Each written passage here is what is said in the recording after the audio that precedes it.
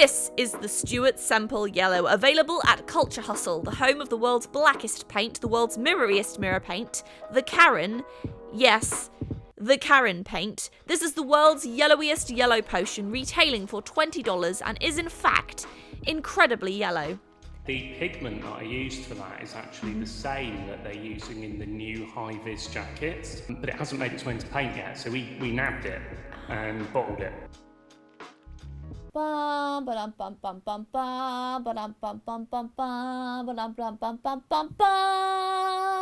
you ever wondered what it would be like to paint with a highlighter pen? Have you ever wondered what it would be like to paint with the most yellow paint in existence? And have you ever wondered what it would be like to paint with radioactive material? Well, wonder no more. Today, I present to you with my tiny baby mouse microphone because I've lost the clip that attaches to my clothes. This is literally a highlighter in paint form. It is incredible. It's so vibrant, so neon. Now, the thing that's so special about this particular paint and why it is so like radioactive looking is because they use the same pigment in this paint that they use in high visibility jackets for workers and policemen. So today I'm going to be testing out this paint and I'm super excited because I caught it, yes!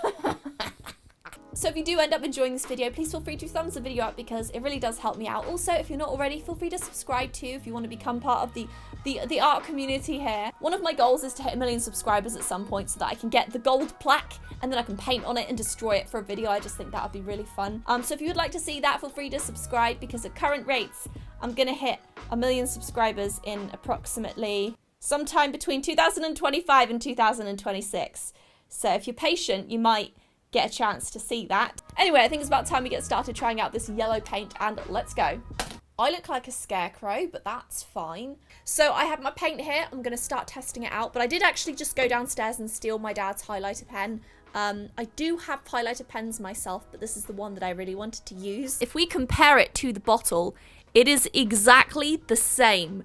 They are literally identical, the exact same shade. So our first experiment right now will be testing out to see how this paint compares to a standard highlighter marker. Okay, so we're going to start off using just a standard yellow pen because you can see what a regular yellow looks like, and obviously yellow markers and paints I use in this video aren't meant to look like a highlighter because they don't have those fluorescent pigments in them.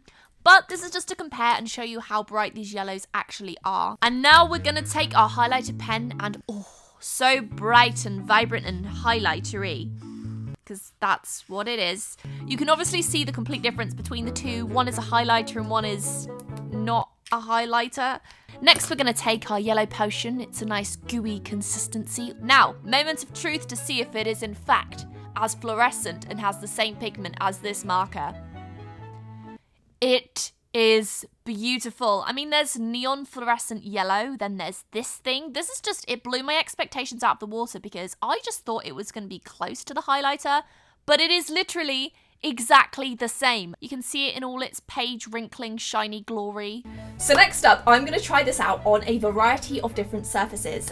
Basically, I just want to see how this works, how this performs on different types of surfaces. So next up, I'm going to go ahead and try this on some cardboard. In general, highlighter pens do not really work that well on cardboard, as you can see. So if we can create the effect of highlighter paint on a surface like cardboard, I'll be very impressed.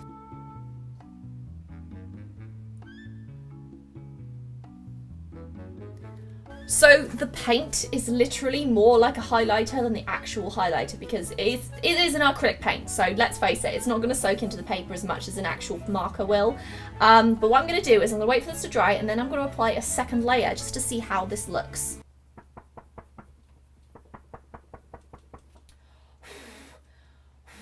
So our test results are in and you can clearly see that this paint is, because it's layered up and it is an acrylic paint, it is more highlighter effect on a piece of cardboard than an actual highlighter marker. So this is going to be great for anybody who wants to create a highlighter effect on something that isn't just a white piece of paper or a white canvas, because this will work on basically any material. And I say that and I'm looking at a wall right now that has some yellow on it, so I think that we should attempt to try this on the wall.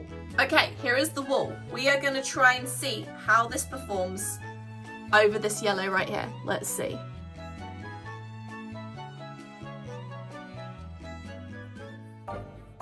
That is pretty amazing. Like, it's so bright. I mean, I know I keep saying that, but it's so bright. So if you pull away, you can clearly see where I've just applied the paint and how vibrant it is. So if your favorite color is actually a high visibility jacket, I would recommend this. Insanely, very, very good. It'd be nice on a wall, maybe not. That'd kind of be disgusting. Well, you might like it, to be fair. You could paint your front door with it. I mean, your neighbors will hate you, but you might be happy with it. Oh, I also dropped the lid onto my chair, so I have a nice little splodge. I'm actually really curious to see how this is going to perform on a piece of wood. I'm not going to paint the whole piece of wood. What I'm going to do is probably paint a little sunflower or something on there. That might be quite fun to do. I'm actually going to paint the whole surface with this blue paint. I'm going to put a couple layers on it. Once I've done that, I'm going to paint a sunflower. This can be like the sky. It's going to be fun. We're going to see how it looks.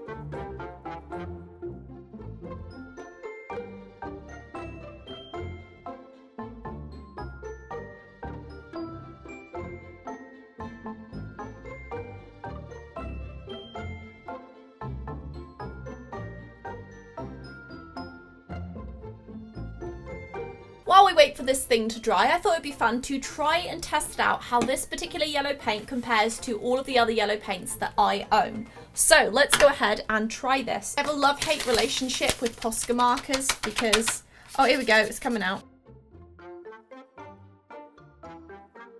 That's how the Posca marker looks. Next, we're going to try Lemon, which is an acrylic paint by Apple Barrel. This is like 50-cent paint, so it's super cheap. Cheap and cheerful, as I always say. Pretty bright, actually. Next up, I'm going to try my Liquitex Heavy Body Acrylic. This is Cadmium Yellow Medium Hue. This is actually more of like a marigold kind of yellow than anything. I'm going to try this one next, which I don't know what it actually says because it's covered in crap. It's cadmium something or other, but it's probably like a cadmium hue. Forgot to put a lid on it, apparently, and there's a smidge of green, so we'll just do that. This one is a lot more yellow. This is a lot more bright. Very, very pretty. Got some happy little water here. Very, very happy yellow. Kind of looks like orange juice. Have you ever noticed how orange juice is actually yellow, not orange? Okay, and now we have cadmium-free yellow medium. Okay, let's try the Slick paint by Tulip next. This is a fabric paint, so it's going to be pretty transparent, I'm afraid. That being said, we can still get the gist of how bright it is if it wants to come. Oh, there we go. This is very bright. That is very yellow. I have a Tombow marker here, so I thought I would just put that on the canvas too. I also have an Aqua Pen graphics marker, which I thought we could try out too. Okay, and last but not least, we're gonna try our Stuart Semple yellow. In the comments down below, tell me which yellow is your favourite or which one you would be most likely to use in your artwork. I'm very curious. Like the Posca, we have Apple Barrel, we have the 3 Liquitex, we have the Tulip paint, we have the Tombow, we have the graphics watermarker, and then obviously we have the Stuart Semple yellow. Okay, so now our piece of wood is dry. We're going to paint our little quick sunflower. And I say quick because I genuinely mean I painted this in about 45 minutes. So we're going to start off with a little brown circle. Looks a bit like a mole. Next up, I'm going to use a base of regular yellow for the petals because I thought this would be the best way to approach it versus having the whole thing be neon. And this is my first flower, I think, that I've ever painted, so go easy on me if this doesn't turn out well.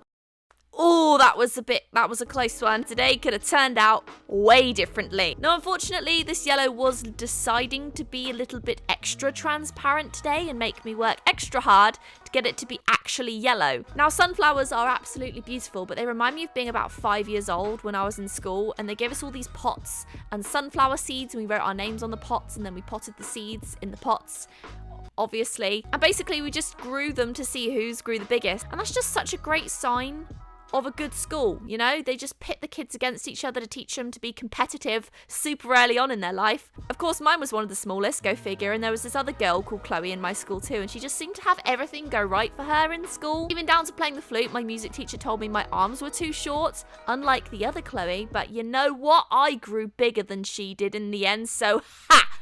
And I don't need no stupid dead sunflowers because I have this one. So there we go. Next up, I added some orange. You know, sunflowers have so many petals that all overlap that I just needed to use the orange as a way to kind of separate them.